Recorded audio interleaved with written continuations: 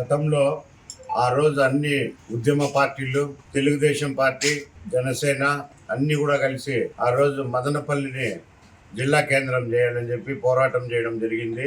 ఆ పోరాటంలో మదనపల్లి కాకుండా ఆ రోజు ఈ వైఎస్ఆర్ ప్రభుత్వం రాయచోటిని జిల్లా కేంద్రంగా చేయడం జరిగింది.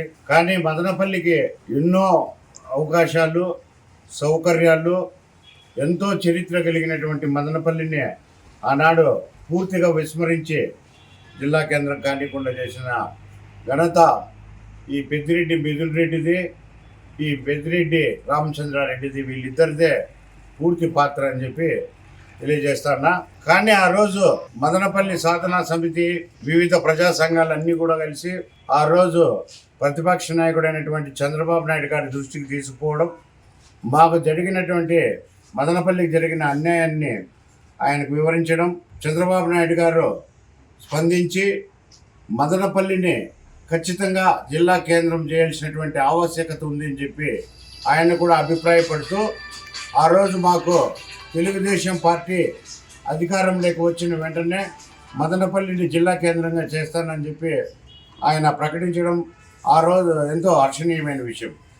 ఆ రోజు తర్వాత కూడా మదనపల్లి మీటింగ్లో కూడా ఆ రోజు మదనపల్లిని జిల్లా కేంద్రం చేస్తానని చెప్పి చెప్పడం, ఇంతకు మొన్న రా కథలరా ప్రోగ్రాంలో కూడా మీటింగ్లో చంద్రబాబు నాయుడు గారు మదనపల్లిని జిల్లా కేంద్రంగా చేస్తామని చెప్పి ప్రకటించడం, అయినా ఈరోజు ప్రజల దృష్టికి తీసుకుపోయి ప్రజల మన్ననలు పొందేదానికి ఈరోజు మదనపల్లి జిల్లా సాధనకై సకల జనుల ఐక్యత ర్యాలీ సమరభేరి చందు ఆధ్వర్యంలో జరుగుతోంది. దీన్ని మనం ఎంతో బలపరిచేటువంటి అవసరం ఎంతైనా ఉంది. ఈ సకల జనుల ఐక్యత ర్యాలీకి తెలుగుదేశం పార్టీ సంపూర్ణమైనటువంటి మద్దతు ప్రకటిస్తామని చెప్పి ఈ సందర్భంగా తెలియజేస్తాం. స్వరాజ్యం కన్నా ముందు మన మదనపల్లి, కడప, చిత్తూరు వచ్చి మద్రాస్ రాష్ట్రం కింద మద్రాస్ రాష్ట్ర పరిపాలనలో ఉంది. జిల్లా హెడ్ క్వార్టర్స్ కింద ఆ రోజు కడప ఉంది. కడప తర్వాత సెకండ్ అడ్మినిస్ట్రేటివ్ పాయింట్ కింద 1860లోనే రెవెన్యూ డివిజనల్ ఆర్డీఓ ఆఫీస్ కింద, సబ్ కలెక్టర్ ఆఫీస్ కింద, రెవెన్యూ డివిజన్ కింద మదనపల్లి ఆ రోజు పరిగణలో తీసుకోవడం జరిగింది. మదనపల్లి ఆ రోజే సెకండ్ అడ్మినిస్ట్రేటివ్ పాయింట్ కింద స్వరాజ్యం కింద ముందు 1860లోనే సబ్ కలెక్టరేట్ ఆఫీస్ ఇక్కడ ఉండింది. అంటే అప్పటికి చిత్తూరులో జిల్లా హెడ్ క్వార్టర్స్ కాలేదు. ఆ రోజే మదనపల్లికి జిల్లా హెడ్ క్వార్టర్స్ సింబల్ ఉన్నాయి 1860. దాని తర్వాత మొన్న జిల్లాల విభజనలో ఫస్ట్ చిత్తూరు జిల్లా విభజనలో కూడా మదనపల్లికి స్థానం కోల్పోలేదు, సరిపోయింది. మొన్న జిల్లా విభజనలో కూడా ఈ వైఎస్ఆర్ పార్టీ వచ్చిన తర్వాత కూడా మదనపల్లికి ఇవ్వకుండా వాళ్ళ రాజకీయ స్వలాభం కోసం రాయచోటి ఇవ్వడం.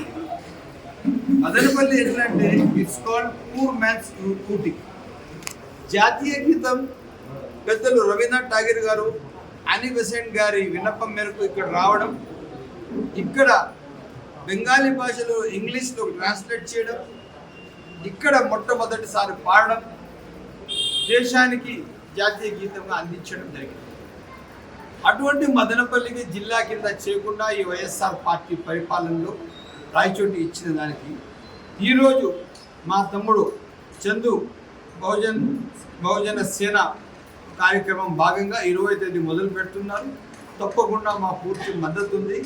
కాకపోతే దీనికి గాను వైఎస్ఆర్సీపీ వాళ్ళు ఈరోజు జీవో కావాలంటే ఎలక్షన్ ముందర జీవో కూడా ఇవ్వచ్చు, అది కూడా ఒక రాజకీయ స్టంట్ కింద.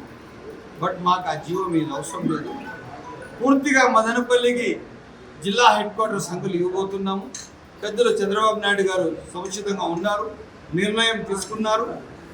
ముఖ్యమంత్రి అయిన ఒక నెలలోనే తప్పకుండా మదనపల్లికి జిల్లా చేస్తారని చెప్పి సవినయంగా తెలియజేస్తూ, మా తమ్ముడు చంద్రు చేస్తున్న బహుజన సేన ఈ కార్యక్రమానికి నా సంపూర్ణ మద్దతు ఉంది, నేను కలిసి నడుస్తానని చెప్పి సవినయంగా మదనపల్లి జిల్లా సాధనకై కొంత విరామం తర్వాత సమరభేరి కార్యక్రమంతో బహుజన సేన ఆధ్వర్యంలో జరుగు ఈ యొక్క సమావేశానికి, ఈ యొక్క సమరభేరికి బహుజన సమాజ్ పార్టీతో పాటు ఆ రోజు మదనపల్లి జిల్లా సాధనకై పోరాడేటటువంటి రాజకీయ పార్టీలు అయితేనేమి, ప్రజా సంఘాలు అయితేనేమి, కుల సంఘాలు అయితేనేమి అందరూ కూడా కలిసి వచ్చి ఈ సమరభేరిని విజయవంతం చేయాలని ఈ సందర్భంగా పిలుపునిస్తా ఉన్నాం. జై భీమ్, జై భారత్, జై మదనపల్లి.